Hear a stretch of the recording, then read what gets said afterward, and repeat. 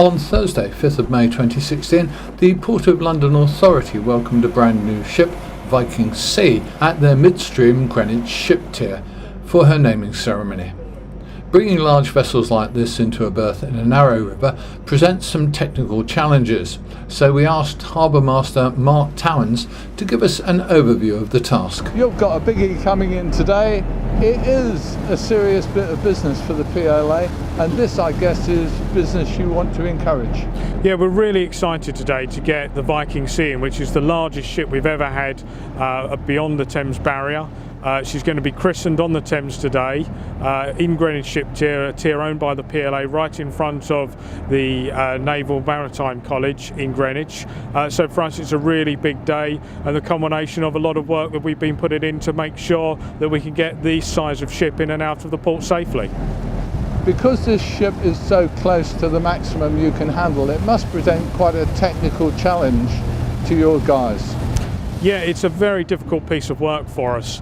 We did a great deal of work 2 years ago when these ships were first being proposed, and the real challenge is how we actually navigate these ships through the Thames barrier. The ship is 28 metres wide, the Thames barrier is only 61 metres wide through the main spans. So a ship of 228 metres long is a real challenge to get through there. But we've done a lot of work looking at things like wind parameters. We've had a lot of training with our ships on pilot simulators, practicing to make sure we can get the ships in safely. What about when she comes up to the berth here? When does she swing? Before she arrives or when she leaves? Well, it's one of the unique parts of Greenwich Ship Tier that we actually have to swing the ships near the O2 by Blackwall Point, and then they're backed up the river over a mile before they berth in the Greenwich Ship Tier, and they're supported by 2 tugs while they do that. That must be quite a tough job, especially if it's a windier day than today. Absolutely. It's the swing and getting through the Thames barrier are the 2 most challenging parts of the voyage. Once we've actually swung the ship, backing up is actually a simpler challenge with the modern manoeuvring capabilities of cruise ships.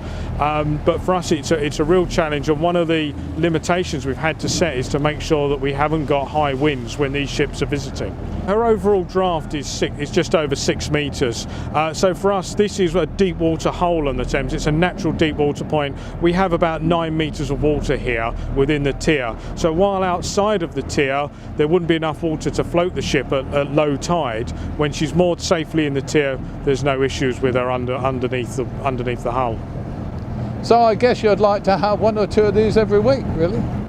Yeah, for us it's something we're really interested to see. The cruise industry is very much a growing market. We have a new terminal opening in the next couple of years, and alongside facility in Greenwich.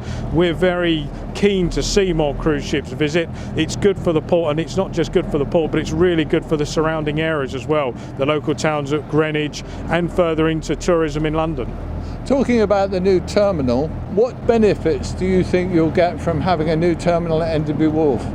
For us, the key change is having an alongside terminal. At the moment with Greenwich Ship Tier, we can see here that it's a midstream mooring. We have a pontoon alongside that we use to transfer people, but actually having an alongside mooring is much better experience for passengers, getting on and off more quickly, getting their baggage on and off more quickly, and it also allows us to introduce for the first time turnaround services, which is one of the key parts of what they're trying to achieve at Enderby Wharf.